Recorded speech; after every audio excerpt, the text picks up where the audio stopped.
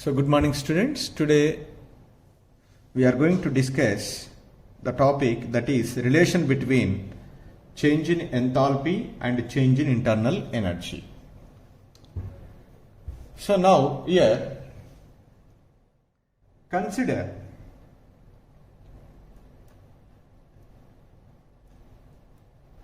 a reaction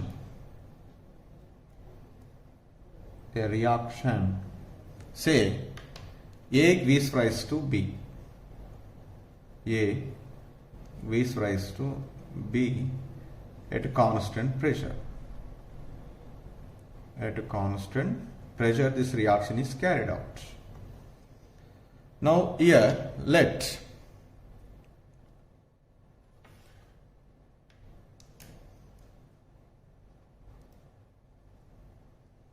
HA is enthalpy of reactants, enthalpy of reactant. HB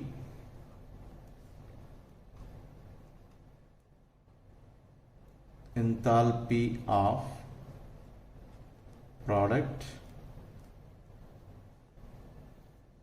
Then what is change in enthalpy? Change in enthalpy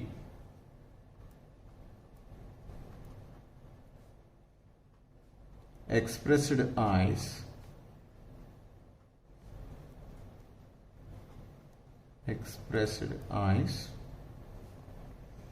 delta H is equal to HB minus HA.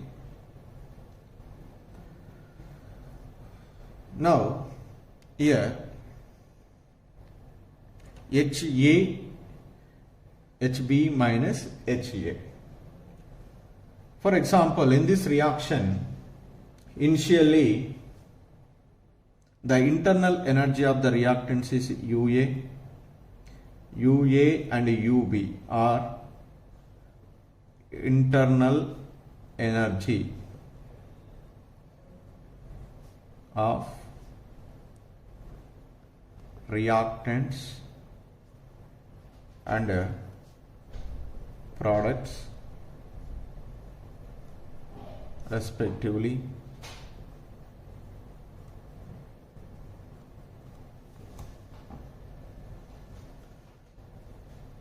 VA and VB are volumes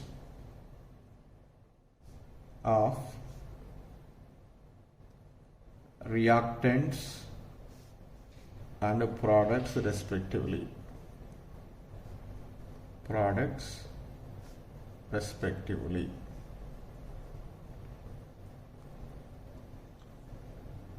So we know to express this HB and HA,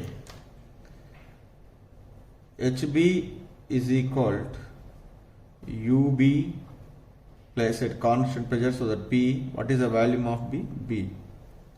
Similarly, HA is equal to, what you write here? UA plus P into VA. Then those you have to be substituted in the HB minus HA. Then what you get? Delta H is equal to HB UB plus P into VB minus UA plus P into VA. On rearranging this equation, delta H is equal to UB minus UA plus P into VB minus VA. So UB minus UA, that is change in internal energy of that reaction or that system, delta U. P into VB minus VA, change in value, delta H is equal to delta U plus P into delta V. So you know very well what are that, where delta H is equal to change in enthalpy, change in enthalpy. What is delta U? Change in internal energy. Change in internal energy. And delta V, change in value. Here the reactants and products are maybe in solid state or liquid state or gaseous state. If the reactants and the products are solids or liquids, the delta H and delta U, the difference, because there is no much change in the value for solids and liquids as you are expected. That's why the difference between delta H and delta U is not significant. Not significant for in the case of solids and liquids. But whereas the difference between delta H and delta U is become significant because the gases can undergo a finite expansion or compression. So that's why the difference between delta H and delta U significant in the case of gases. For example, here if it is gases, then let us take a chemical reaction like A to B gives rise to products at a constant pressure P and temperature T. Initially the volume of the reactants VA, volume of the products is VB. Here number of moles is also, let us take Na and Nb. Number of moles of gaseous reactants,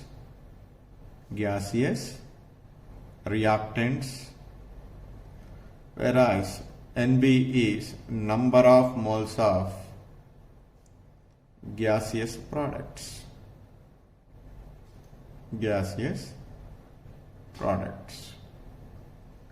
So we know that according to ideal gas equation,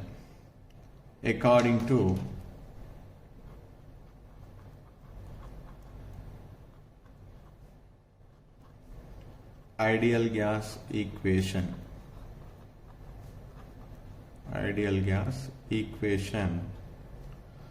what we write here, ideal gas equation is PV is equal to nRT. This is you can apply for the reactants and products. What we get from this one? Pressure is constant, volume of reactants is VA, number of moles of reactant Na, R is constant, T is constant. The pressure for products PVB is equal to NB RT. So this is say equation number 1 and this is say equation number 2. So subtract the 1 from 2. Then what I get here? So PVB minus PVA is equal to NBRT minus NART. So what is the common here? P into VB minus VA is equal to RT into NB minus NA. So VB minus VA, volume. So that is change in volume, delta V is equal to RT into, this is number of moles, change in number of moles for gaseous reactants and products. So previously we are getting delta H is equal to delta U plus P into delta V. So from that equation, in the place of P into delta V, we substitute delta N RT, so that equation is becomes delta H is equal to delta U plus P into delta V. Then delta H is equal to delta U plus, in the place of P into delta V, what we substituted? Delta N, that is gas, RT. So this is the relation between change in enthalpy and change in internal energy. In the place of work done, what we get here? Delta N RT. What is delta H? You know, change in enthalpy. Delta U, change in internal energy. What is delta N? Delta N is NB minus NA. What is NB? Number of moles of gaseous products minus what is Na? Number of moles of gaseous reactants. That is the difference between the number of moles of gaseous products to gaseous reactants. T is the absolute temperature in Kelvin. R is the gas constant. Here we are calculating the heat, that is the amount of heat is exchange. That's why the heat having the values units joules. So that's why the R value is taken as 8.314 joule. So that here there is no need to write. I think you all know very well about this. Delta H is change in enthalpy, delta U is change in internal energy, but I write here delta N. Delta N is equal to NB minus NA. That is the difference between number of moles of gaseous products minus gaseous reactant. What is R? R is gas constant. Gas constant. So that is you substituted 8.314 joule mole inverse Kelvin inverse. Suppose if all delta H and delta U are given in kilojoules, then you can substitute in kilojoule. 8.314 into 10 to the power of minus 3 kilojoule mole inverse Kelvin inverse. What is T? T is absolute temperature. The temperature you have to substitute in Kelvin. Absolute temperature in Kelvin. So this is an important relation between the delta H and delta U. So this is you need to be remember, but most of the time they never ask the question how to derive the relation between delta H and delta U, but they can ask the question problem on this formula. Delta H is equal to delta U plus delta N RT. Change in enthalpy, delta U change in internal energy, delta N NB minus NA, that is difference between number of moles of gaseous products to gaseous reactants. R is gas constant whose values either you substituted in joules or kilojoules. T is absolute temperature. So the first point from the above relation delta H and delta U, when delta H is equal to delta U. Obviously whenever the gaseous reactants are not present, in that case the delta H is equal to delta U. So the first note here I write delta H will be equal to delta U under the following conditions. Under the following conditions.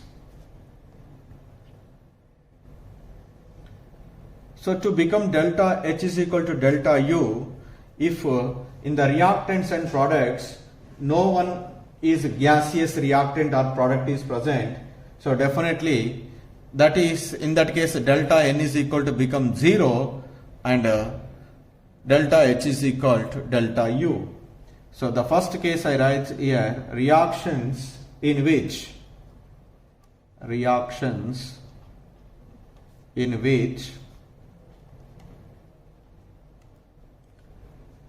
do not involve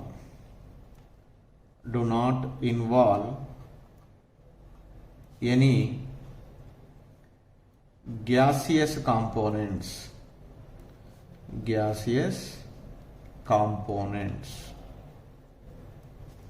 For example, a reaction is given to you, NaOH plus HCl gives rise to NaCl plus H2O. So the physical states when we see for these molecules, for these reactants and products, NaOH is aqueous, HCl is aqueous, NaCl is aqueous, water is liquid. No gaseous component is present. So that delta N is equal to Nb minus Na. Number of moles of gaseous products on the right hand side, is there any gases? No. 0 minus 0. Then delta N is equal to 0. Then delta H is equal to delta U plus delta N RT. Delta N is equal to, if you substitute it, then what you get from this one? Delta H is equal to delta U. This is the first case. In the another case is also delta H is equal to delta U. That is, if the reaction is carried out in a closed vessel, when the reaction is carried out in a closed vessel, there is no change in the value. So that's why reactions carried out in a closed vessel. When the reaction is carried out in a closed vessel, so that is indicates the change in volume is 0. When the change in volume is 0, as we know the relation, what is that relation? So the relation we know, delta H is equal to delta U plus P into delta V. So now from this one, delta U plus P into delta V is 0. So that delta H is equal to delta U. So because delta V is 0, this entire the work is become 0, then delta H is equal to delta U. Yeah, that is the second case. The third case is whenever the number of moles of gaseous products is equal to the number of moles of gaseous reactants. In a reaction, number of moles of gaseous reactants is equal to the number of moles of gaseous products. In that case also, the delta H is equal to delta U because delta N is equal to 0. Let us take one example, that is hydrogen gas plus Cl2 gas gives rise to 2HCl gas.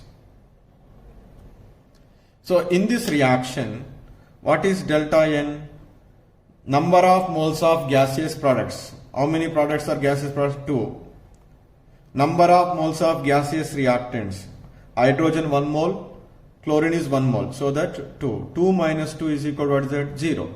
If delta N is equal to 0, I have already derived here. Delta N is equal to 0, then delta H is equal to, what is that? Delta U. So these are the three conditions. So in all the three conditions, delta H is equal to delta U. But in some cases, that is the second case, is delta H and delta U will be different. The another important point here, delta H will be different from delta U in the following cases.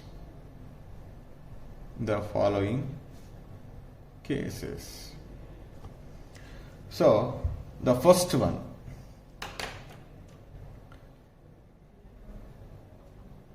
here only the two possibilities are there. The number of moles of gaseous products is more than number of moles of gaseous reactants, or number of moles of gaseous products is less than number of moles of gaseous reactants. So that's why the first one I say the reactions in which number of moles of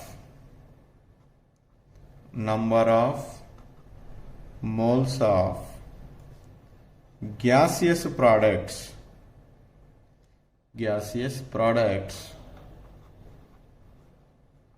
so greater than number of moles of gaseous reactants.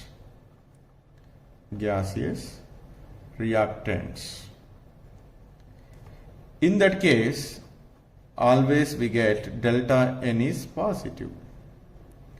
When delta N is positive, always delta H is greater than delta U. Let us take one example. In this case, I will give carbon plus of O2 gives rise to carbon monoxide. Carbon is solid, oxygen is gas, carbon monoxide is also gas. In this reaction, just you can calculate delta N. When you calculate the delta N for this reaction, delta N is equal to number of moles of gaseous product is 1 and number of moles of gaseous reactants is 1 by 2. So that we write 1 by 2. Then what is the relation we know? Delta H is equal to delta U plus delta N RT. Then delta U plus, in the place of delta N you can substitute 1 by 2 RT. So when we are added something to delta U, so that we get delta H is obviously greater than delta U by a quantity. How much in this reaction? 1 by 2 RT. Not much of it is greater than delta U. The another case is the reactions in which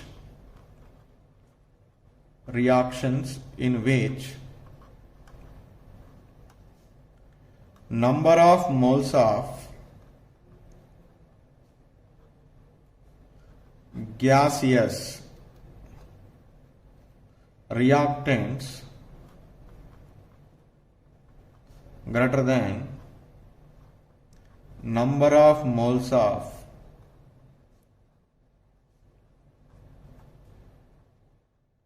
gaseous products. That is, in that case, delta N value are getting negative. So that will be consequently delta H is less than become delta U.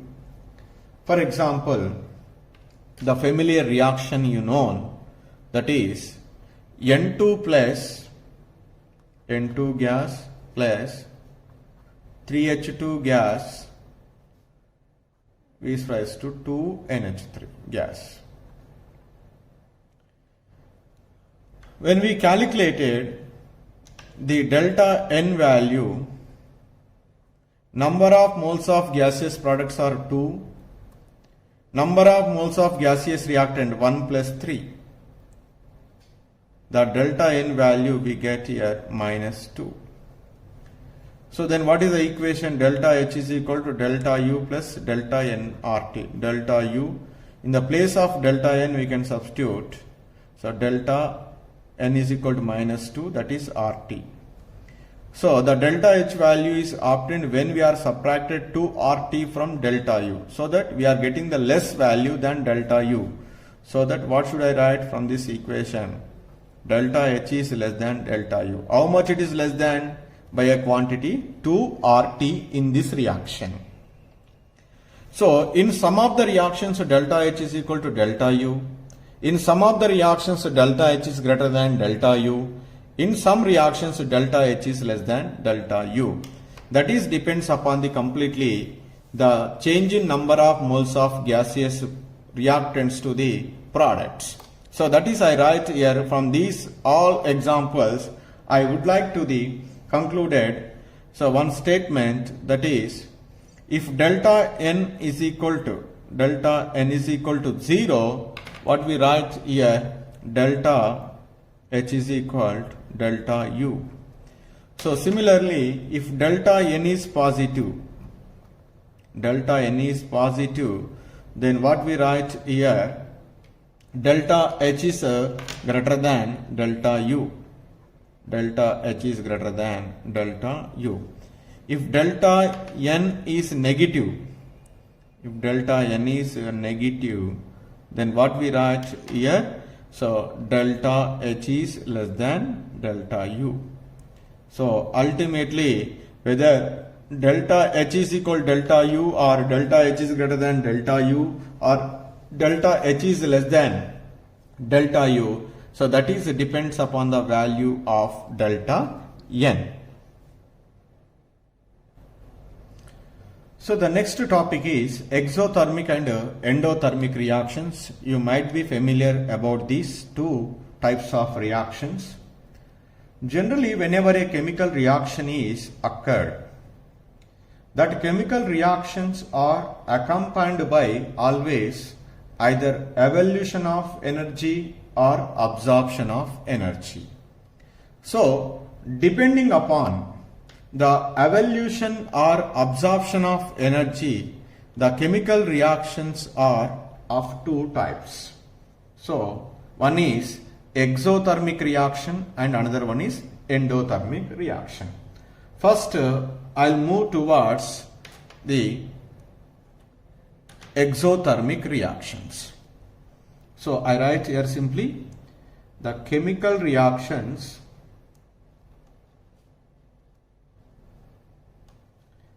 based upon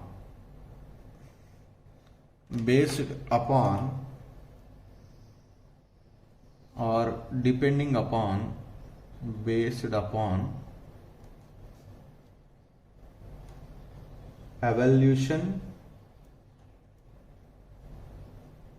or absorption.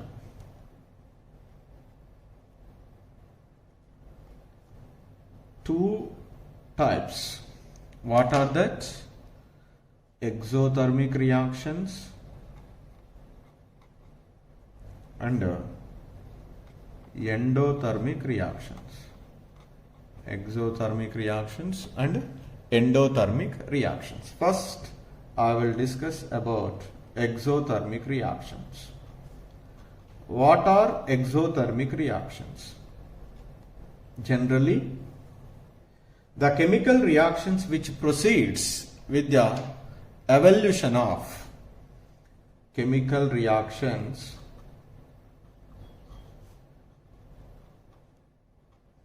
which proceeds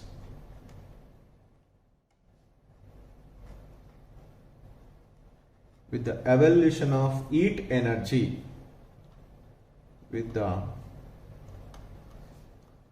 evolution of heat energy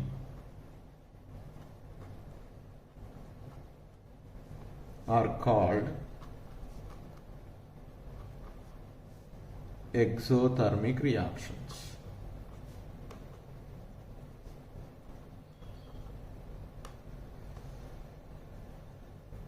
So, during these reactions, heat energy is liberated. So, these reactions are normally carried out at constant pressure, so that obviously we can, how much amount of energy is exchanged with the help of change in enthalpy.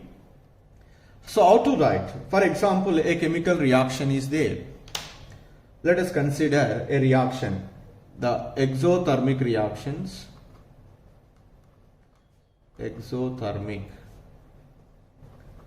reactions may be represented as, how to identify, may be represented as,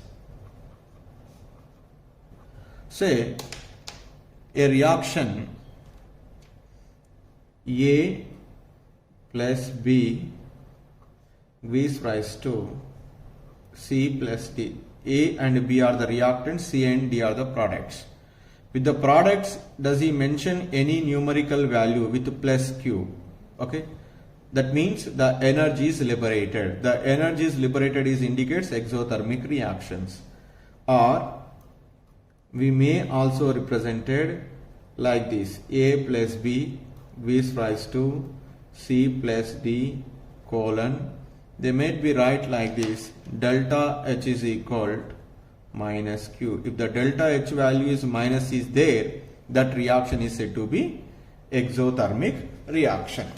For example, C plus O2 gives rise to CO2. C plus O2 V is raised to CO2 gas. During this reaction, minus 393.5 kilojoule of energy is liberated. Delta H is negative, so that it is an example of which one? With the exothermic reaction. When you are getting the delta H value is negative, generally how do you calculate the enthalpy of reaction? Enthalpy of products minus enthalpy of reactants. Say, just for your understanding, I will write here delta H of this reaction we write as HP is greater minus HR. So to get the negative value, the enthalpy of products should be less than enthalpy of reactants. And that means in exothermic reaction, in these reactions, enthalpy of products is less than enthalpy of reactants. Then only we get the delta H values negative, that reactions are said to be exothermic reactions. Then go to the next one, that is endothermic reactions. Endothermic reactions.